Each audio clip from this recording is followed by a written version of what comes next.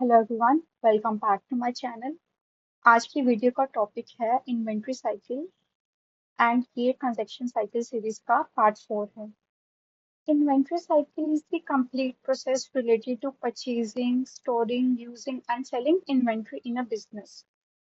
तो ये भी एक बिजनेस प्रोसेस का पार्ट है जिसमें हम जो भी इन्वेंट्री परचेज करते हैं, स्टोर करते हैं, उसको यूटिलाइज करते हैं एंड आफ्टर यूटिलाइजिंग इट उसको बेचते हैं।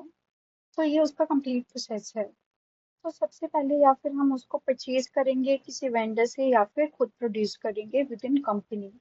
तो पहले तो कंपनी परचेज करती है या प्रोड्यूस करती है इन्वेंट्री, एंड अगर वो परचेज कर रही है तो वो रिसीव करती है इन्वेंट्री फ्रॉम दी सप्लायर।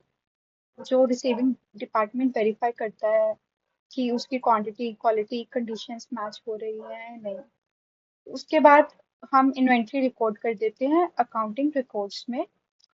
उसके बाद हम ध्यान रखते हैं उसकी स्टोरेज का, सेफ कीपिंग का, कि इन्वेंट्री वेयर हाउस में सेफली स्टोर्ड है या नहीं।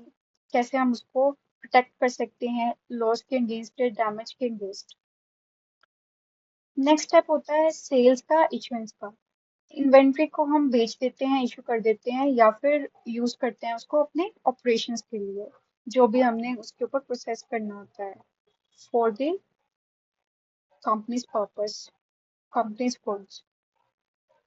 तो या फिर हम कस्टमर को उसको सेल कर देते हैं इन्वेंट्री को, या प्रोडक्शन प्रोसेस में यूज करते हैं। नेक्स्ट स्टेप में हम रिकॉर्ड करते हैं इन्वेंट्री की ट्रांजेक्शन्स को। वो हो सकती है इन्वेंट्री की यूसेज के related, like work in progress हो गया, या फिर फाइनल गुड्स जो क्रिएट कर लिया हमने, या उसकी सेल्स के रिलेटेड। तो हम प्रॉपरली उसकी ट्रांजेक्शन को रिकॉर्ड करते हैं। फिर फिजिकल इन्वेंट्री काउंट होता है पीरियोडिकली। तो हम कुछ टाइम के बाद चेक करते हैं कि कंपनी की जो फिजिकल इन्वेंट्री है उसको काउंट करके देखते हैं कि जो हमारे पास एक्चुअल इन्वेंट्री है, अवेलेबल है, वो हमारे काउंट से मैच कर रही है या नहीं, हमारे रिकॉर्ड से मैच कर रही है या नहीं। उसके बाद हम रिपोर्ट करेंगे रिलेटेड टू इन्वेंट्री कि इन्वेंट्री का बैलेंस क्या आ रहा है इन दी फाइनेंशियल स्टेटमेंट्स। ऑडिट के पर्सपेक्टिव से इन्वेंट्री साइकिल भी बहुत इंपॉर्टेंट है, बिकॉज ये हाई वैल्यू एसेट होता है। इसमें भी थेफ्ट का रिस्क होता है और इसकी वैल्यूएशन भी कॉम्प्लिकेटेड होती है। तो इसमें भी एजर्शंस हो सकते हैं रिलेटेड टू एग्जिस्टेंस, बिकॉज ये भी एक तरह से एसेट है कंपनी का। तो एक्चुअल वेयर हाउस में इन्वेंट्री अवेलेबल है या नहीं, एग्जिस्ट करती भी है या नहीं, तो उसके रिलेटेड हम एजर्शन कर सकते हैं।